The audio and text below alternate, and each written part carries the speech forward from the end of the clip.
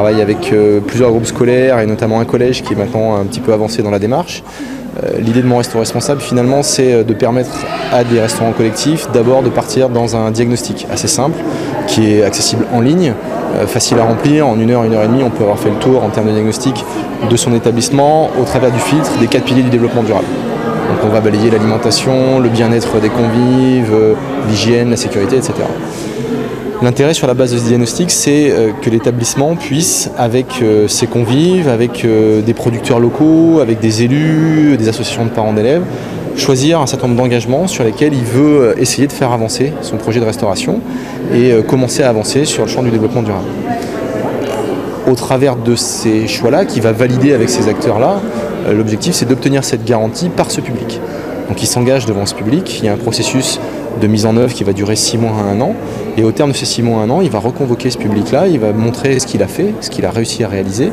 et à partir de là, c'est eux qui vont être prescripteurs et qui vont décider si oui ou non, effectivement, le restaurant peut obtenir le label Mon Resto Responsable. Et ensuite, au travers de cette démarche, on va rentrer dans une démarche de progrès et d'amélioration continue, et tous les 2 ans, l'objectif est de réévaluer effectivement si le restaurant est toujours actif sur cette démarche, ce sur quoi il continue de progresser, quelles sont les difficultés qu'il rencontre et autres. Voilà. Donc au travers de ça, il a aussi la restauration collective, elle a la possibilité de faire appel à du parrainage de pair à pair, c'est-à-dire d'avoir d'autres expériences sur d'autres territoires pour illustrer chez eux un petit peu comment ça fonctionne. Nous, ce qu'on constate, c'est que souvent, c'est un outil qui est intéressant pour réassocier, notamment quand on parle de restauration collective dans des établissements scolaires, de réassocier du projet éducatif au sein de la restauration, de réassocier de la discussion avec les élèves, avec les équipes enseignantes,